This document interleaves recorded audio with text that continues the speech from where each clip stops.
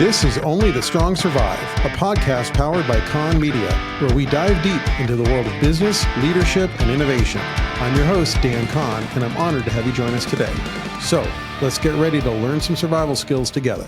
Hey everybody, and welcome back to Only the Strong Survive. We have a special treat for our listeners and viewers today, the brilliant mind behind 21 Hats, Loren Feldman. Loren is a seasoned journalist and the driving force behind the 21 Hats platform, which is dedicated to providing insights and resources for business owners. With a career in journalism covering business and entrepreneurship at some of the most respected titles in business and news, Loren has a wealth of experience and expertise. I'm really excited for this interview. He has been in my ear and my playlist for several years, and I'm really, really grateful that he's giving us some time today. So welcome to the show, Loren. Dan, I'm honored to be here. Thanks so much for having me. You bet. Just to start, I have to say, I was waiting to do this episode because I wanted to get a handful of podcast interviews under my belt to try and figure out how to do this and not sound like a complete, total novice. I am still a novice, but you're a pro. So I was actually, Dan, I'm going to disagree with you. If you told me that you spent your career in radio journalism, I would have believed you. You have a perfect voice for this, and you're comfortable on the air. I've listened to your podcast, and I know you did have some previous experience with podcasts. I learned that from your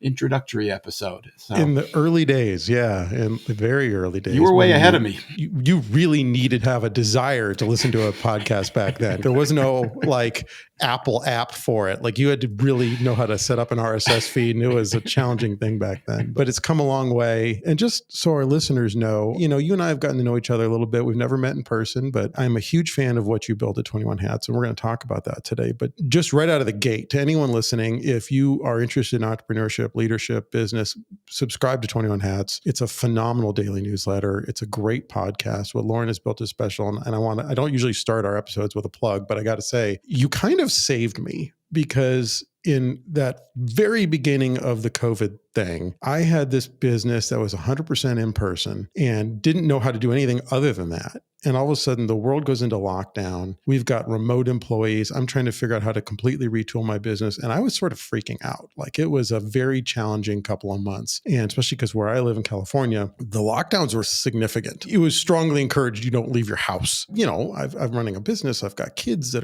can't go to school, and life got very, very stressful. And my only outlet was I would go for these runs in the morning just to try and clear my head when nobody was around and I was the only person on the road. And I would listen to your show. And that's when I discovered 21 Hats. And I was freaking out internally about like, how do I run my business? How do I pivot this? How do I make this whole thing work? And it was like listening in on a group therapy session of a bunch of business owners who were venting similar issues and challenges. And it really did get me through it. So thank you. Well, that's awful nice to hear. Thank you. Yeah. So let's start from the beginning, Loren. You've got a heck of a career as a journalist, and suddenly you've made this pivot to entrepreneur. So tell us, what is 21 Hats and how did you get to this point? Well, 21 Hats is I hope, growing community of business owners. It's kind of based on the premise that there is no one obvious way to prepare yourself to run a business. You can get an MBA, as you did, and most people I talk to who have done that find it helpful in certain ways, but certainly not sufficient to prepare you to sit in that seat and make all the tough calls that you have to make as a business owner. I think what I've learned over the last 20 years covering business owners is that the thing that helps the most is being around other people on similar journeys. So 21 Hats is intended to be a place where owners can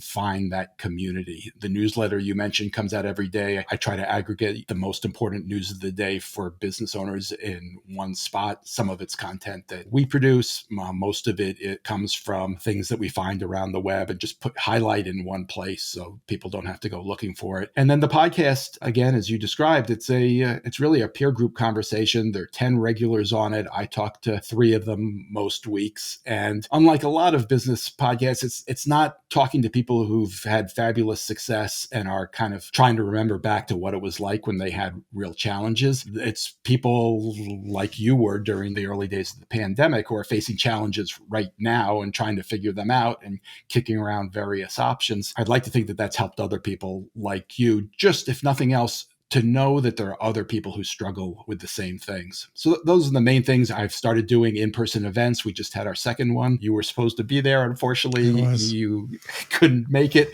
which was disappointing. I do look forward to meeting you in person. I do a monthly mastermind forum call. That's 21 Hats. First of all, I recommend the newsletter to anybody. As a person who consumes a huge amount of media, you're like a cheat code. It's a pretty effective way. I don't know if you're doing it all yourself or if you've got help, but the fact that you're collating all this business content in one place is really helpful. How do you get through it every day? Well, that's part of the problem with my business model, Dan. I'm putting a little bit too much time into that. I got to figure out a way to get some help or pull back on that a little bit. But you do anything for a period of time and you got to get better at it. I've gotten good at finding this stuff around the web. I go to my usual watering holes every day, look for the most important stories I can find, and then I'm pretty good at synthesizing them pretty quickly into what I think is the most important slice of it for a business owner. Yeah, one of the things I think you do really well in the newsletter too, that's interesting, is you're certainly pulling from New York Times and Wall Street Journal and Inc. and Forbes and the traditional sort of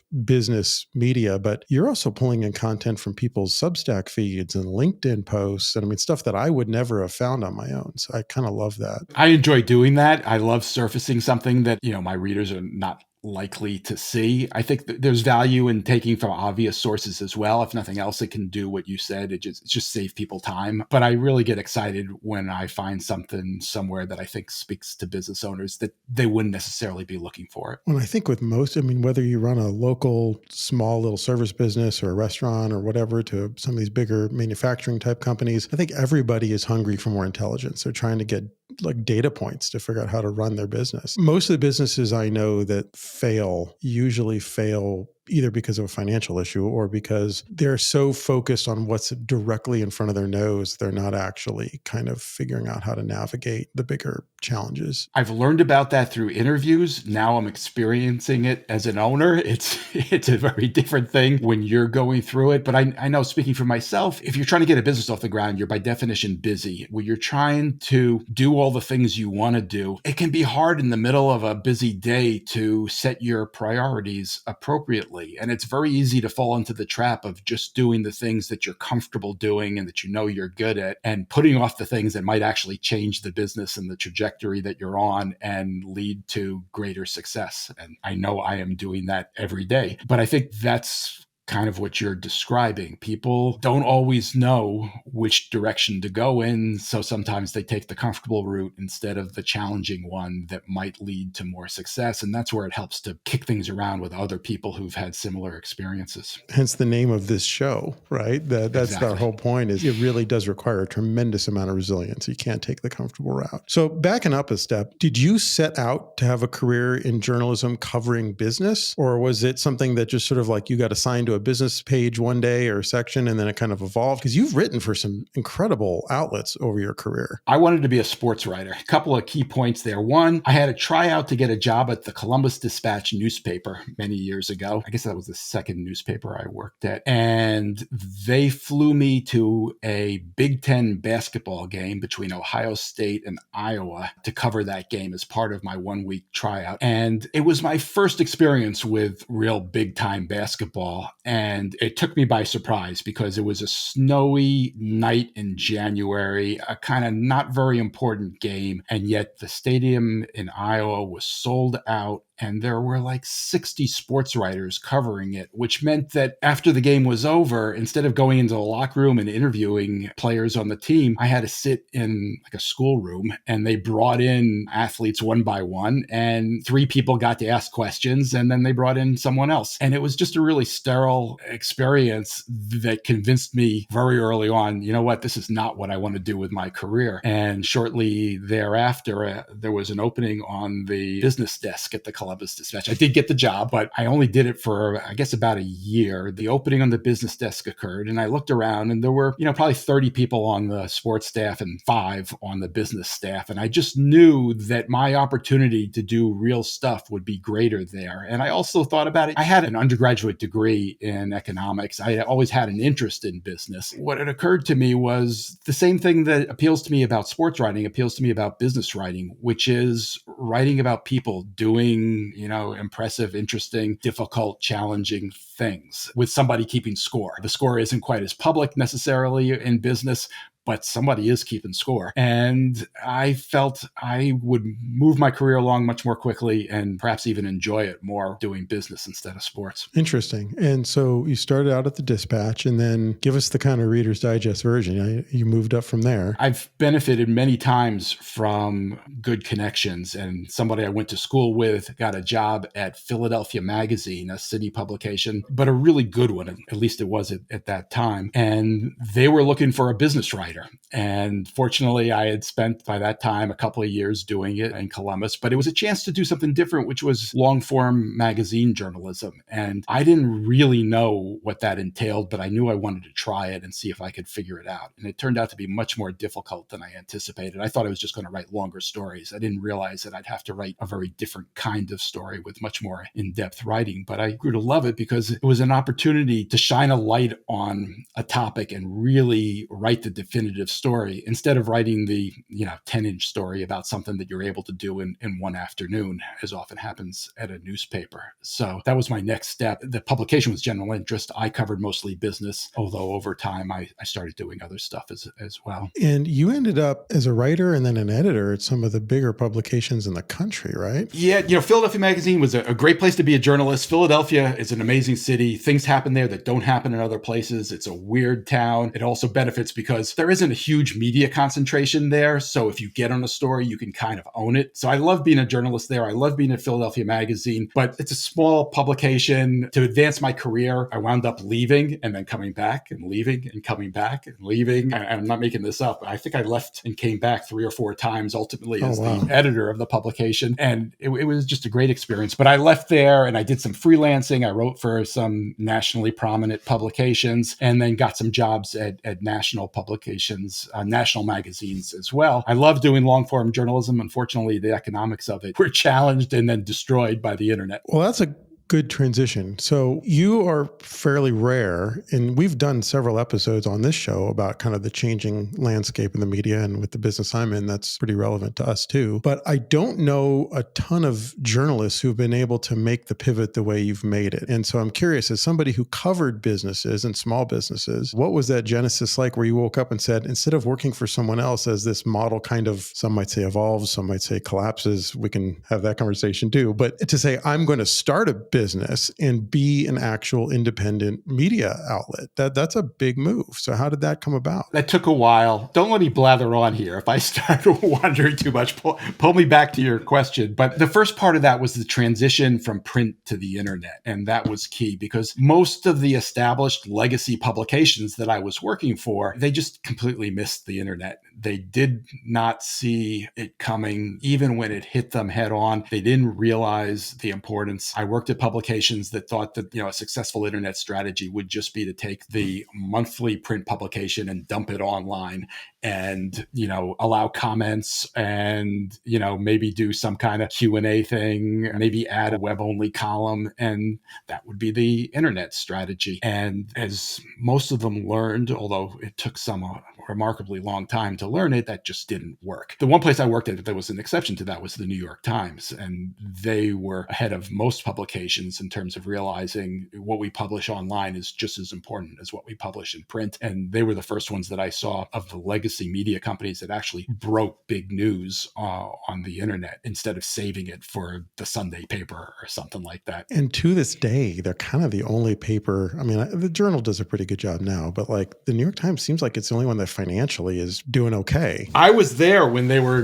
going through the decision of, do we put up a paywall or not? And they knew what they wanted to do and they just couldn't pull the trigger. And it took them years to finally make the decision. It's not that they were stupid or anything. They knew there was a chance that if they put up a paywall, they would get more money out of subscribers, but a lot of advertising dollars would go away. Fortunately for them, that is not what happened. It worked really well. And I think they'd be thrilled if they could have done it 3 or 4 or 5 years earlier. But yes, they were still way ahead of most other places. Some of those publications still haven't really figured it out, or they've come to some solution that I think is kind of a mixed victory. Forbes is one. I have tremendous respect for what they've done at Forbes, but they created this contributor network that I was responsible for managing a slice of for a while. And it's a beast. It may have saved the business, and that's a good thing, but it basically turns over the Forbes platform to a whole bunch of people that don't really get edited. And I'm a little bit surprised that their reputation is held up as well as it has, given that, because it's just asking for trouble. I did exactly what I promised to do. I got way far away from your question. Well, no. So the internet happens, and all of a sudden there's this like kind of mission creep where things start getting weird at these different outlets. I mean, I had that experience when I was in the magazine business. I worked for one of the biggest magazine publishers in the country at the time, and exactly like you described, their idea of how to tackle the internet is we're just going to take this content and we're going to publish the magazine content online, but we're going to wait 90 days because we don't want to cannibalize our own audience. I'm like, 90 days, nobody cares about something that happened 90 days ago. They never figured it out. That company that at the time was called Peterson Publishing took like 10 different names, and as of now is called Motor Trend. They just laid off 150 people. I mean, it's basically done. And it's terrible that they took a company that was at one point at the top of its game. It really is a shame because it should have been more obvious. Part of the problem, I mean, I had the exact same experience at a number of places. Part of what happens is that you have individual fiefdoms within a business. So you have a separate editor of the website, and you have a couple of different editors in charge of, maybe individual magazines or parts of the magazine, and they're all fighting for control of their content. And that's how you end up with something foolish like you just described, a 3-month waiting period that makes no sense at all, except to the person who is publishing it first and wants to maintain exclusivity as long as possible. The other thing that happened to me, most of my education happened at Inc., and it was at Inc. that I went from being the number 2 editor in print to being the editor of the website. But in the background there, I also felt like we were missing an opportunity because I felt we were way too focused on particular types of entrepreneurship, especially Silicon Valley and venture capital and companies that claim they were trying to change the world. And there are great stories there. They deserve to be told,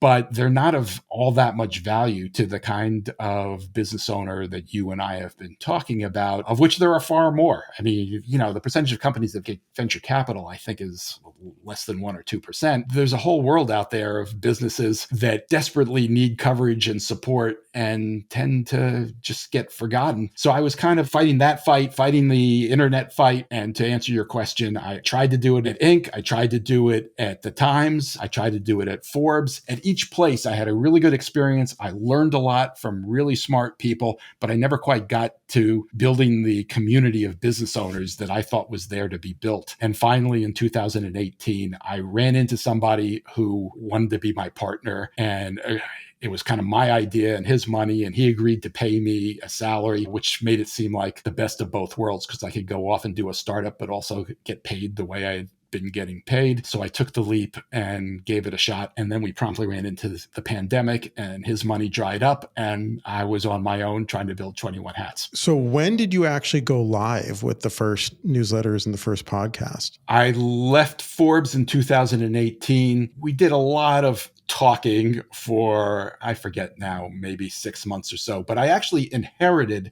the newsletter that had been started by another company that this partner of mine had bought. And he'd started one business and built it and then bought 3 others. They all served entrepreneurs. And that's why he was interested in working with me. He wanted to build a platform that would serve the entrepreneurs in his ecosystem. I convinced him to think bigger and try to build a more definitive platform, the platform for business owners. We thought we had a great plan, a great idea, but he had stretched himself a little too thin buying those other businesses. He took on a little bit too much too quick. And then the pandemic followed soon thereafter. And that was, a real problem for him. So he set me free, but we parted on good terms. He was great about it. He turned over to me the newsletter that had been started by somebody else that I had kind of rethought and redesigned and, refocused. That became mine. And the podcast was my idea. I'd gotten that off the ground. He gave that to me, and I, built it from there, with no revenue streams, no no money coming in whatsoever at that point. So I think that's about the time I discovered it, was maybe just before the pandemic. So it sounds like that was pretty early days then. I think we first did the first recordings at the end of 2019, and the first published podcast came out in January of 2020. Okay. Yeah. So right then. And I have so many questions coming out of that. So I guess my first question is, did that end up being a help or hindrance that you launched a new business serving business owners just a month or two before the whole world kind of imploded for a bit there? I hate to say that there were... the pandemic was good for me.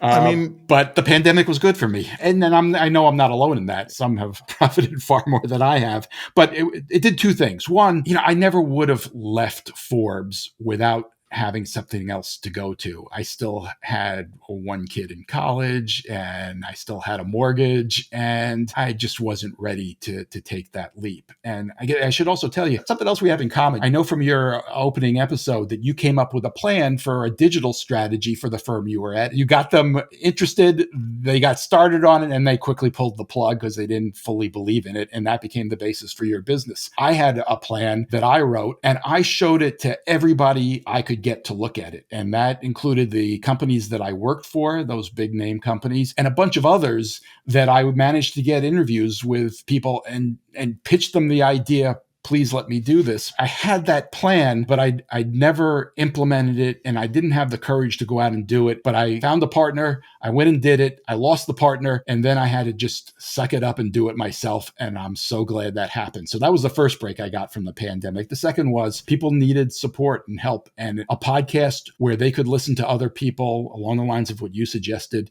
struggling with how they were going to get through this thing. I think that was a source of real, encouragement for a lot of people. They needed to know they weren't the only ones going through this. So yeah, it helped. I think what's sort of unique and fascinating about your podcast is there's certainly, there's so much just podcast content out there, right?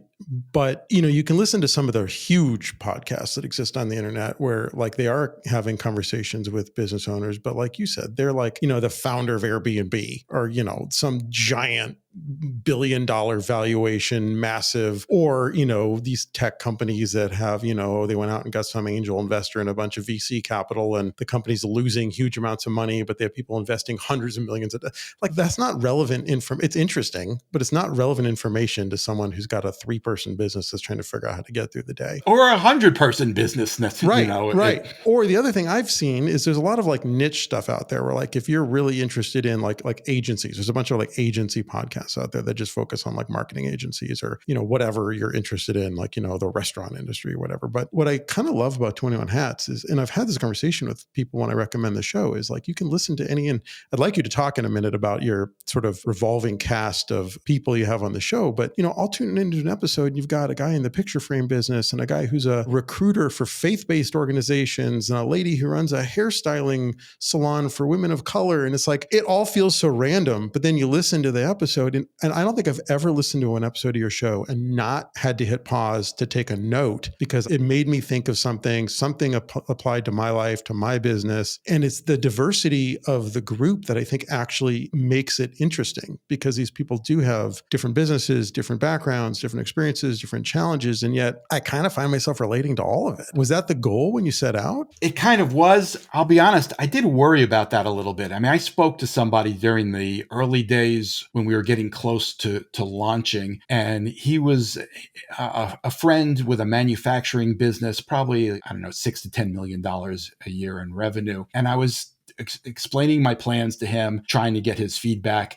And his response was, well, you're a friend, so I'm going to give it a shot. But I got to tell you, I get the information that I need really from other manufacturers. That's the community I want to hang out in. And if you have a general group of business owners, it may not be as valuable to me. I'm not sure that I'm going to stick with it. And, I appreciated his honest feedback. And in fact, he did not stick with it. I've thought about that a lot, but I do choose to believe that there's value in what I do, even though it's not for everybody. And it does have its weaknesses in some way. I think the potential weakness is that we can sometimes be a little bit shallow across the board rather than going deep and providing thoroughly useful information in any one particular area. My hope was that it was really about that mindset and that, somebody running a a picture frame business could learn something from somebody running a hair salon. And I think that has in many ways come to pass. So yeah, that was part of the plan. Not to get too inside baseball for listeners who haven't heard your show, but there's definitely some people like Jay who you clearly have some sort of long-term friendship relationship with. Where do all these people come from? Because it seems like you've got this sort of revolving roster. So I'm curious about the nuts and bolts of the podcast itself. Is how did you recruit these people? How often do you like pregame with them on themes? Does it kind of happen organically? Like, how does it all work? Well, in terms of finding the people, that's just the advantage of being old and having done this for 20 years. I got to know a lot of business owners, and some business owners are really generous. I mean, I would say most actually. I've covered politicians, I've covered athletes, try to get other people to talk about the mistakes they've made. It can be a hard thing to get them to do. Entrepreneurs, by and large, tend to be more willing to do that, but some are really exceptional in that area. And you do this for 20 years and you meet a lot of them. And when I decided to do a podcast, I called up the ones that I knew had been most open with me. Like at the New York Times, I started a blog there called You're the Boss, where I had a bunch of contributors. Well, a bunch of those contributors at You're the Boss are now on the podcast. They're people that I worked with, got to know. You mentioned Jay Goltz. He's the picture framer. I first met him at Inc. magazine. When I made the switch from print to the internet, I hired him as a blogger. So yes, I've been working with him for a long time and know that he's willing to talk about things that a lot of people aren't willing to talk about. And on the podcast, he's also willing to mix it up a little bit and express strong opinions, which I think brings some entertainment value on the podcast as well. Yeah, he is definitely, I think, maybe like a fan favorite. And Paul Downs also has like a book, and he's got, he's written a lot, I think, for you. And Paul's an amazing person, really smart guy who reached out to me when I was doing the blog at the Times and wrote me a letter saying, I've been reading the blog. It's pretty good. You're missing one thing. This was 2009. You should have somebody writing about what it's like to be running a business that's failing and headed into bankruptcy. And I was a smart enough journalist to know that I was not going to get a lot of offers from people willing to share that experience. So I got back to Paul and I had lunch with him. And I could just tell having lunch with him that he was going to be a good writer because he spoke in sentences and paragraphs. He was a good storyteller. And I said to him, if you can tell your story in writing the way you are in person, let's do this. And he was more transparent than anybody I've ever worked with. And I think in part it was because his business was failing and he felt like he had nothing to lose. And he thought other people could gain from seeing what this looks like, why it happened, what the experience was like, how he was getting through it, and what would happen when it finally did end. Happily, he turned that business around, and he actually credits it to some extent to writing for the blog because he started making smarter business decisions when he realized he was going to have to defend them in the New York Times. And I don't know if that's really true or not, but he did manage to turn the business around and then maintain that same transparency to the point where he would tell us in the Times how much money he was taking out of the business to the penny, both in terms of salary, in terms of draw, what went to his relatives who had to kick money into the business when it wasn't doing well. Just incredibly open. And obviously he's brought that to the podcast as well. Yeah. And that's something actually I wanted to kind of touch on because I'm in a few different peer groups, including your mastermind group, which I highly recommend. I'm in a kind of a peer group for business owners that's kind of similar to your podcast in that it's pretty random. I'm the only marketing person in the group, and we've got an architect and a civil engineer and a guy in the aerospace manufacturing industry and a lady who runs a family business with like hydraulic equipment. And I think your show, one of the things that's sort of so valuable about it is beyond kind of business advice. And I know it's topical and all that, but something that nobody really talks about except for you and your platform is entrepreneurship is a tremendously, and I mean, I think it's even baked into your intro that you have pre-recorded for the show, that it's a very sort of isolating, lonely road when you decide you're going to run your own business. And most of the entrepreneurs and business owners I know, not always, but they do go through periods where they struggle and it's hard. You don't necessarily want to go home and dump on your spouse every time you're having a bad day. In most experiences, is often you especially don't want to dump on your spouse because depending on how much risk tolerance your spouse has, it can be a scary thing to hear that things aren't going well at the business. 100%. And I think we are kind of by nature a little broken. Like you said, it's high risk tolerance. And you have to develop this sort of scar tissue where you're willing to it's like in the old movie American Graffiti, where they're on like that like country road and they're playing like chicken and who's going to swerve first. And in entrepreneurship, you kind of get numb to the fact that like, yeah, I'm just not going to swerve. And I think that does end up creating some challenges. And the fact that you have these, I mean, I've been shocked listening to some of the episodes of your show about how candid people are about mental health issues. I mean, you had one of your colleagues on the show actually talk about like some pretty dark stuff in terms of mental health. And like you said with Paul, I mean, he's shockingly open about salary and profitability. And having to fire a longtime employee and things that if you went and talked to your lawyer about, you would be told,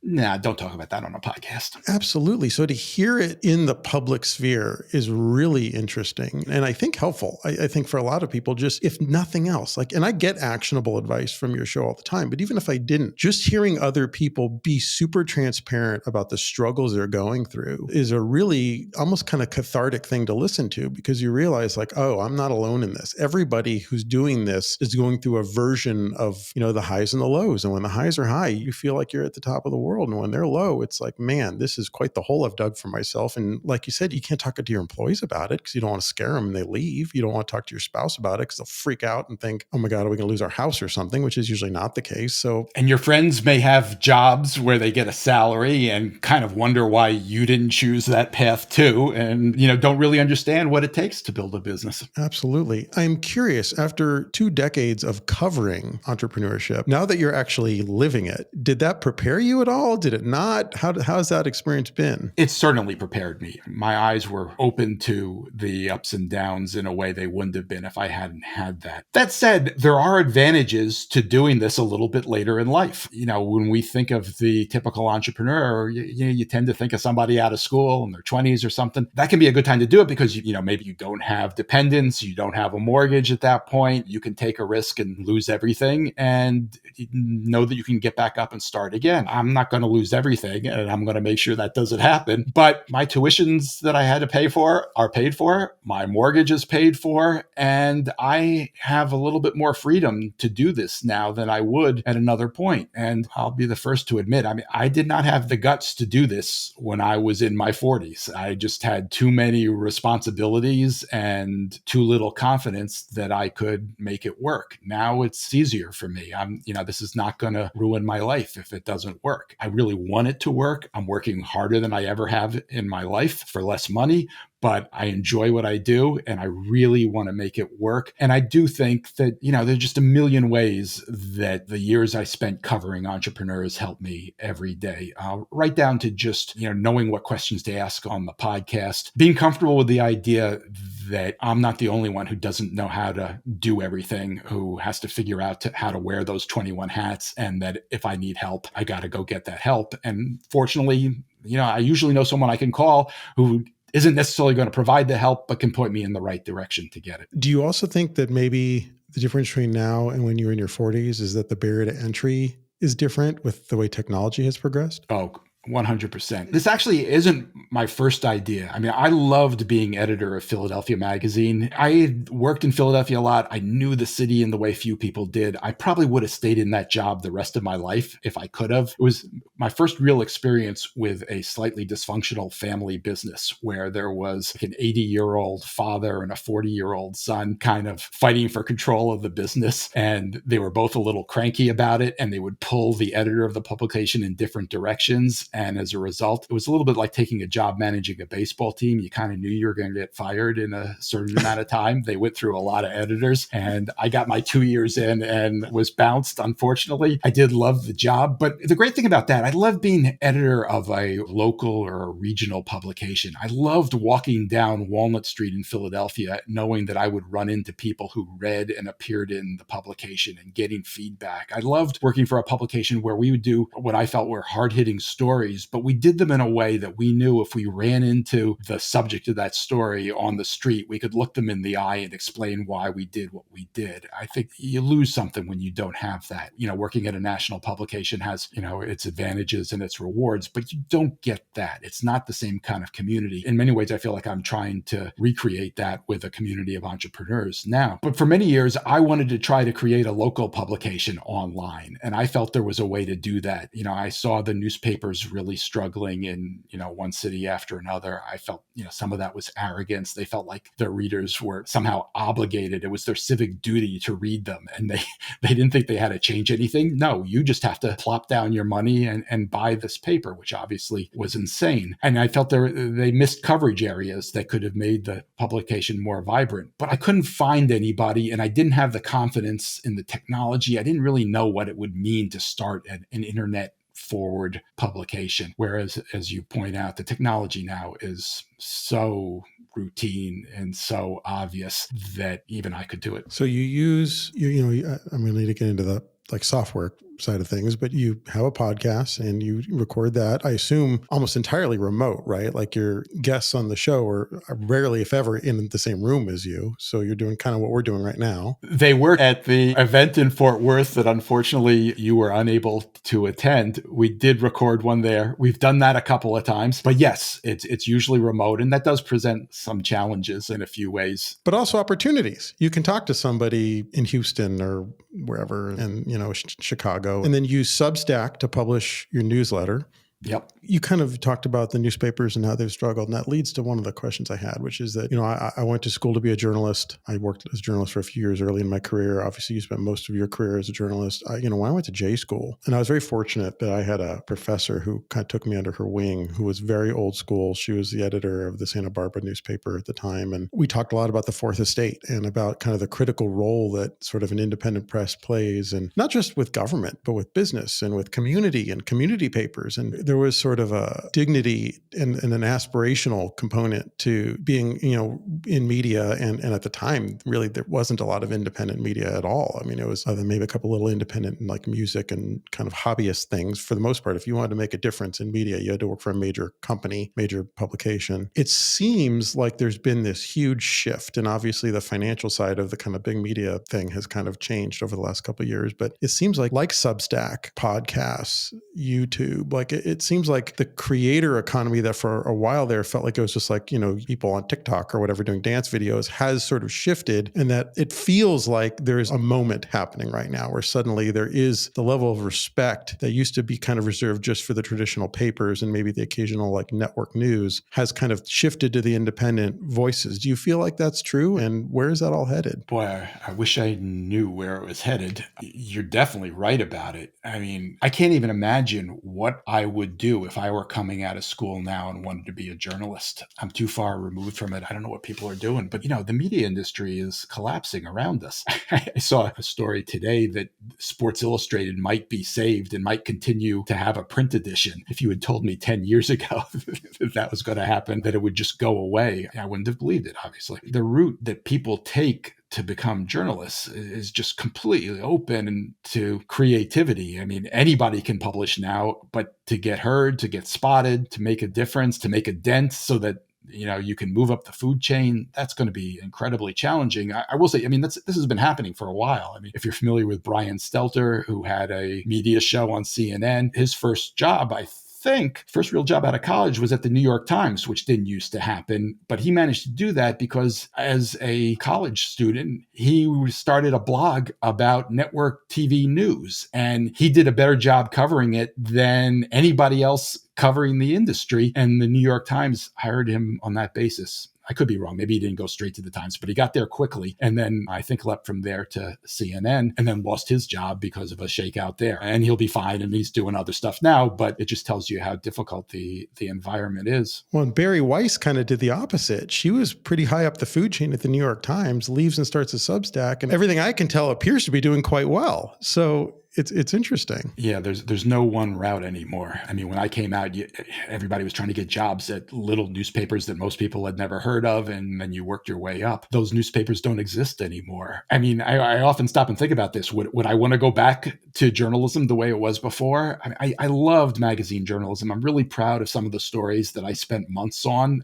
just an economic impossibility today. But you can do things with the internet now that you just couldn't do back then. I mean, in a magazine, if I published a story and got 3 letters in the mail in the next 4 months, wow, I really hit a nerve. Whereas, when I got to the New York Times, very early on, I published a blog post that had a mathematical mistake in it. I think it was Jay Goltz's too, but don't tell him I said that. I didn't check it. It was simple addition. I as the editor, I should have added it up and made sure we had it right. And I published it with a mistake, and it was corrected by a commenter, I kid you not, within 30 seconds. And at that moment, I knew I had to up my game as an editor on the internet. It was a different way of playing, and that was painful. But the positive side of that was the community that you could build with the commenters and people who read your stuff regularly, which was so different from anything that I'd ever experienced in print. Well, and you made a comment earlier that I think is interesting, that you talked about how right now you're working harder than you've ever worked for less pay. And it's interesting, when I worked for the magazines, I would work very, very hard on 2 or 3 stories a month. And they were long form and a lot of times involved travel and all that stuff. But in retrospect, that sounds ridiculous. At the time, that was normal. We were all kind of doing that. And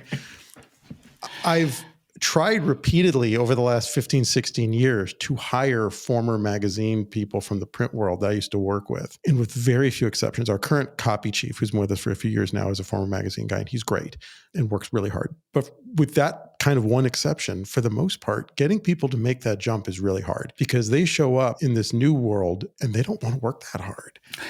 Versus creators, where I've got several people on my staff right now that kind of were more like, they don't like the word influencer, they like the word creator, whatever. They're grinding stuff out every single day. They just have a different perspective on short form content, fast turnaround, high volume, relatively low depth.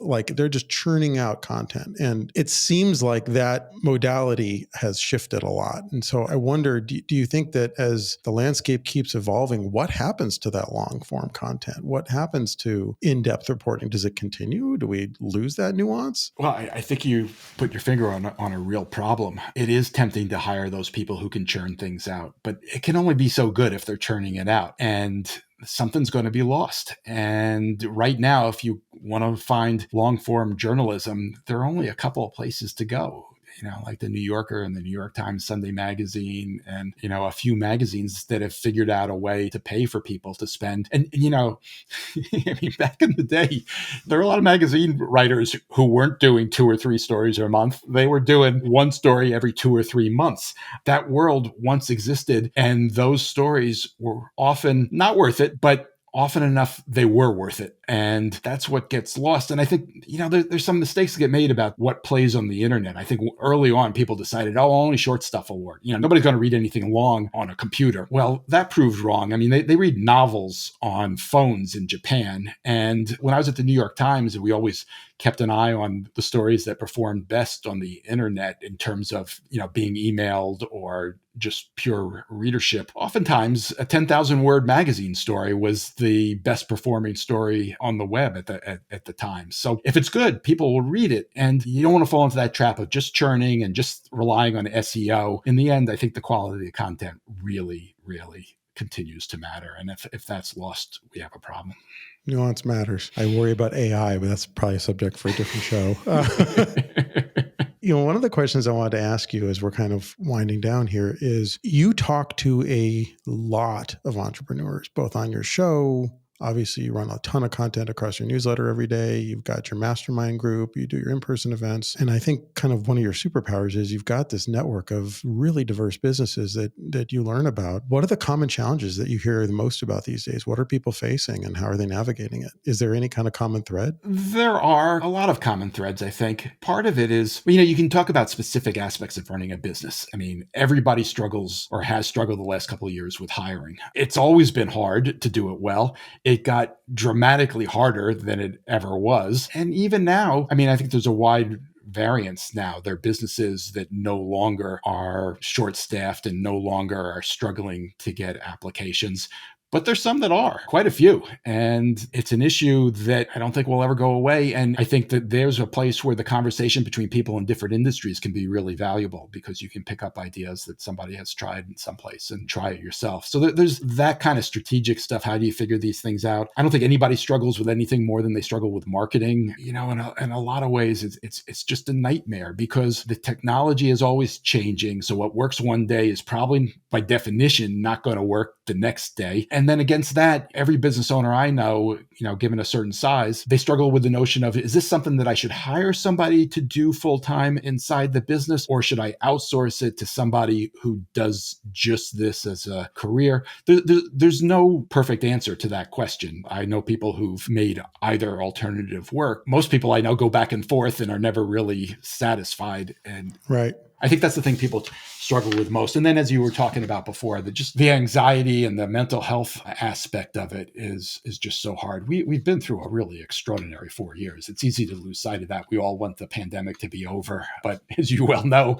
COVID still exists, and there continue to be challenges related to that. And even if it didn't, we've just been through so much. Everybody's business is different today, or almost everybody's, than it was before the pandemic started. Well, on a related note, I think we're still sort of feeling the effects of all the craziness of the last 4 years. Something and I might be reading into this, so tell me if I'm wrong, but it feels like you're sort of trying to figure out, both on the show and in the newsletter, an answer to a question that I ponder a lot, which is like, what is really going on with the economy? Because it seems like we're kind of getting very different messages. Some of it's politicized. I can't figure it out. I have, 24 or so clients, and I've got some that are like, things are great. And I have some that are like, this is horrible. Are you trying to tackle that? Because if I hear it sometimes in some of the shows and in some of the newsletters, you're trying to suss out like what's really going on, because it feels like the dashboard that we used to use to determine if the economy was healthy or not is maybe not as accurate as it used to be. I think you're exactly right about that, about your description of the situation and about what I'm trying to do. I have slightly mixed feelings about this. I think in most cases, business owners are well served by not worrying too much about the economy and just focusing on the things they control.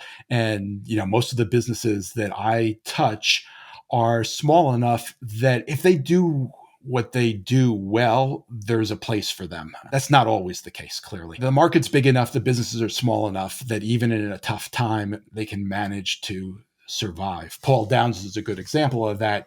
When people stopped going into offices, it wasn't a great time to be selling high-end custom conference tables for offices. And he thought about pivoting and ultimately decided, I can't compete with the other people who are making desks in a home office. He found enough business to keep himself going. There were government offices, there were places that needed what he did, and he survived by sticking with his business. But I think it's important to try to understand what's going on. And the signals are so mixed. It's so confusing. I, continue to not know what the answer is, except to say that I think there's been a lot of pessimism. I suspect a lot of it is driven by partisanship, but also it's just, the mixed signals include the stock market continues to set records, but has a lot to do with a handful of AI and tech companies doing really well. It's possible for the stock market to do really well and most small businesses to not do really well. So it's just hard to judge. I try to look for things that we can grab hold of and know. We know what the unemployment rate is. We know what GDP is. We know that there's a real danger in being excessively pessimistic. And I guess I've tried to encourage people against that, but it is a confusing mess. I think you've done a good job navigating, and it gets back to that nuance thing we were talking about earlier. And I think there is a nuance to this conversation too. And honestly, like you said earlier, we've been through a hell of a 4 years. And you and I have talked in our mastermind group about, my own company has had some ups and some downs over the last year or two. And I think certainly this has been sort of unprecedented, that what's happened to our society and our businesses have had to kind of adapt. And I don't know that there is a good measuring stick to figure this out. So we're all kind of just getting our way through it. Definitely. Question for you, and this is something I ask every guest. The way I learn is through kind of making mistakes. And then I usually kind of learn from it and try to move forward, hence the name of this show too. And now that you are an entrepreneur and you've been doing this for going on almost 5 years now, as you kind of look back on the path that 21 Hats has taken you on, what was the biggest mistake you made, and how did you recover from it, and what did you learn from it?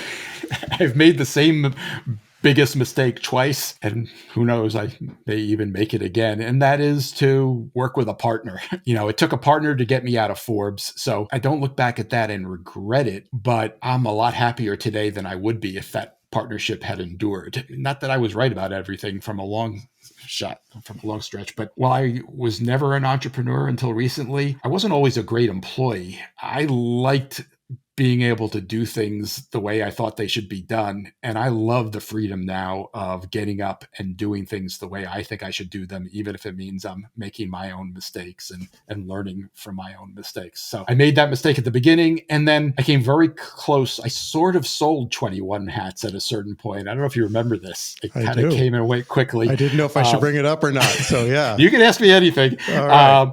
It was a big mistake. There are good reasons for doing it. I mean, I would love to get this to the point where it is sustainable. And even if that means that I'm making about how much money I made as a journalist and working 5 days a week and enjoying what I do, that's one stage of success, and I'll be happy with that. But I would love to have this thing grow beyond that and be something that lives on beyond me. And I would love to have, a team where we could do some of the things that I used to do when I had the support of a big media company, having big conferences, giving out awards, helping more people. There's nothing that I would have to do that I haven't already done somewhere else. And I don't mean to make light of that. I mean, it's very different when you have the New York Times or Forbes behind you, and it would not be the same even if I did have a team doing that myself. But it's there to be done, and I'd like that to happen. And so when somebody came along and offered to buy 21 hats and offered me a larger salary than I'd ever made and a first year budget of $1 million to go hire people, I said yes. And, this happened end of 2021 into 2022. COVID was still going on. It was somebody who had made a lot of money packaging PPP loans, literally $1 billion in revenue. He made it easy for very small businesses that were struggling to get the attention of their banks to package their loans on a platform without help. And he would then turn it over to banks and made it easy for the banks to review the loans and approve or not. He made those connections and took $1 billion in revenue, knew that business was going away. He wasn't going to be able to do that for much longer, but he wanted to use that money to create a new company that would serve small businesses, and he wanted to create a media company to go with it. He had found 21 hats. He had sponsored it a little bit, and he offered me a job. It was kind of an acqui-hire, as they call it. He was going to pay me something for the business. We never quite got to that point because I started working for him, and after a month, he fired me because it turned out we really were not on the same page. It turned out, even though we had talked about this, and part of the problem was we did this all over Zoom, and he was really focused on starting his business, not the side hustle of a media company. So we didn't talk it through as well as we should have. He fired me because it became clear that he was thinking of this much more as a marketing channel for his main business. And he had two goals. He wanted it to be the best publication for business owners, but it wanted it to be a marketing channel feeding the credit card and finance offerings that he was going to create for business owners. And I told him that I thought those two were mutually exclusive. I can't hire really good journalists to come work for a publication that is primarily a marketing channel for another business. It has to have more independence than that. There are complicated relationships out there like that. I mean, Jeff Bezos and Amazon essentially own the Washington Post, and, it hasn't destroyed its reputation. There's a way to make this work, and I thought we were going to find one of those ways. It turned out we couldn't. He fired me. Happily, he too, like my first partner, was very decent about it. He had promised me 6 months severance. It was in the contract. He paid me a lot of money to do nothing. And oddly enough, that too worked out well for me. It gave me a little bit more of a runway. But it was another lesson that, I probably have to do this myself. And he let you take 21 hats back. Yes. Well, he never actually officially took it. I took the job and I was on the payroll for a little over a month, but technically I had agreed to sell him the assets, but we had never executed the deal. Nice. So it ended amicably. It did. That's a good lesson learned. Yeah. But I may make it, if the opportunity comes along again, I really would like to build something bigger. In my heart, maybe I'm learning that the best way for me to grow is slowly. The way I've brought people into the community by and large is by doing the nuts and bolts fundamentals of Like if somebody subscribes to my Substack, I quickly look them up on LinkedIn. I reach out to them. If they seem to have the kind of business that I think fits in this community, I reach out to them. I try to have a conversation with them. And it's kind of a step-by-step process. If I get them into the mastermind, then maybe I can get them to listen to the podcast, and then maybe I can get them to an event. But the audiences that we're to some extent both trying to reach are very busy people who don't wake up in the morning thinking, boy, I really need something else in my inbox, or I really need another podcast to listen to. They're willing to do it if somebody convinces them that there's real value there. But, it can be hard to get over that hurdle. And so far, the only way I've really been able to grow it is by having those personal conversations. And maybe that's what I should just stick to. Yeah, the bootstrapping thing is the hardest thing, but is also the one that, at least for me in my experience, like you're saying, drives the most value. It's just small steps. And, it's funny because you talk about that potential acquisition situation. I think that actually might contribute to our earlier conversation about the weirdness of the economy is all that PPP stuff, and then EIDL, and then like what was the payroll one too? There was like a ERC, the employee retention credit. That I think also maybe contributed to some of the lumpiness that we're hearing about in the economy is when the government's injecting big shots of cash into these businesses. Speaking for myself personally, PPP saved our bacon. So I'm not complaining about it. It also created some weird false positives for a lot of people. I mean, I don't really blame anybody for this because it was it was a once in a life. Well, let's hope it was the first time in a long time that we'd had a pandemic like that. And the business environment was very different. They had to move quickly, and you had the partisanship issue. They had to get the money out the door as fast as possible. And they made some mistakes. PPP did not help everybody as much as it should have. It didn't do much for restaurants, for example. The employee retention credit was abused all kinds of ways, and that's unfortunate. But it too saved people's bacon and did a lot of good. Just the abuse is a real factor. I hope we've learned some lessons from that. I kind of doubt it. I don't know about you, but like during that whole ERC thing, I was getting hammered with emails. Like it was like and LinkedIn messages. And it was like 5, 6, 7 a day from these companies I've never heard of saying, hey, we're going to go get you $1 million. But it took a while for that to happen. I thought it was interesting. There was a while where it was kind of a closely guarded secret and people didn't know about it. And when I first stumbled upon it and put it in the newsletter, I had a lot of subscribers go crazy. And, people were saying things like, if I didn't subscribe to the 21 Hats morning report, how would I know about this? That's how I found out about it. I found out about it through your newsletter. We took advantage of it in an ethical way. And we worked with our accountant to say like, okay, what is real? And if we get audited, how do we, right. So if anyone's listening, please don't audit me. But like we tried to just do what was right. But I mean, the offers that came in later when the dam broke was ridiculous, where they're just like, they're making these offers where I'm like, this is not real. This is going to be a problem for people who aren't paying close enough attention to this. You weren't supposed to take the ERC for the same employees that you took the PPP. So there was a potential overlap there that was complicated, and a lot of people didn't understand and got into trouble with that too. And again, it was an abuse that wasted money. So Loren, looking back, you've had quite the ride here, and obviously you've got lots to do. Like you mentioned, you've got experiential events now. You've got a business that's growing. What's the takeaway from the past 4 years? What do you think after reporting on it for most of your career and now living it? Is this what you thought it would be? What I thought it would be when I quit to work with a partner who was providing the money and paying me a really good salary at the depths of the pandemic, when I was unemployed and had no revenue stream. It's hard to say. Part of what's been great about it is that every time I think I know something, it changes. And that includes wondering, am I ever going to find a sponsor? And then having an email land and winding up getting a sponsor out of it. I mean,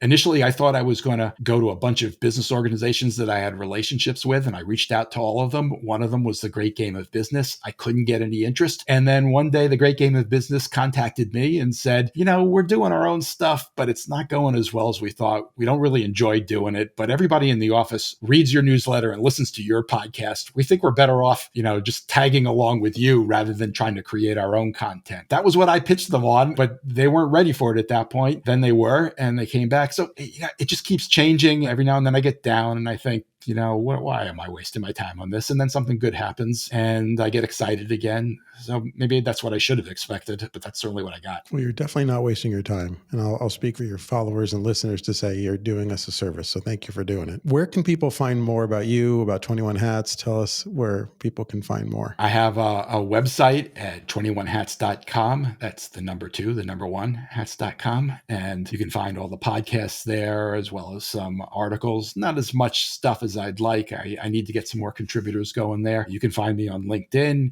You can find the podcast anywhere you get podcasts. And you can get the newsletter at 21hats.substack.com or at my website as well. Or if you just Google 21 Hats, you'll find all this stuff too. Perfect. Thank you for joining us today. That's the end of today's episode of Only the Strong Survive. Let us know what you think by rating this podcast on the platform you're listening to. We're also posting these videos on YouTube now as well. So be sure to like and subscribe at OTSS Podcast on YouTube. Thank you again, Loren, for coming on the show. Thank you, Dan. Really a pleasure. I appreciate it.